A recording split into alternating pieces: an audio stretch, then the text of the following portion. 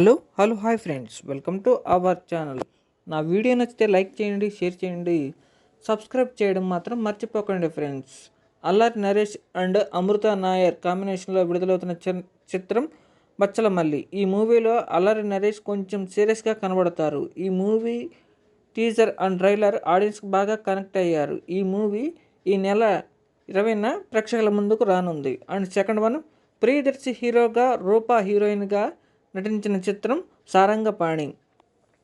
ఈ movie comedy and romantic చిత్రం. ఈ మూవీ కామెడీ సీన్స్ ఎక్కువగా ఉంటాయి. ఈ మూవీ కూడా ఈ నెల 20న విడుదలగా కానుంది. అండ్ థర్డ్ వన్, విడుదల.